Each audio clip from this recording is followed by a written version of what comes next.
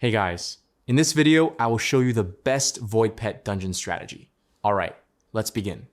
Start by focusing on upgrading only the Voidpets needed for your current battles. Check upcoming enemies and build a balanced team instead of upgrading everything. A strong setup includes a healer, a tank, and damage dealers. You can adjust based on your playstyle, such as adding more defense or extra attackers. Use free eggs wisely, especially if you're a free-to-play player. Progress may take longer, but rewards are still achievable. Complete daily quests, battle pass missions, and level-based tracks to earn consistent rewards. Always collect daily rewards and participate in events, as they provide useful items scaled to your progress. Use dungeon keys regularly to avoid wasting refreshes.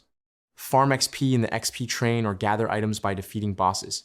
Challenge daily bosses for better rewards as you progress. Save your gems for valuable upgrades instead of instant claims. So that's basically all about the best Voidpet Dungeon strategy. That's it for this video. Thanks.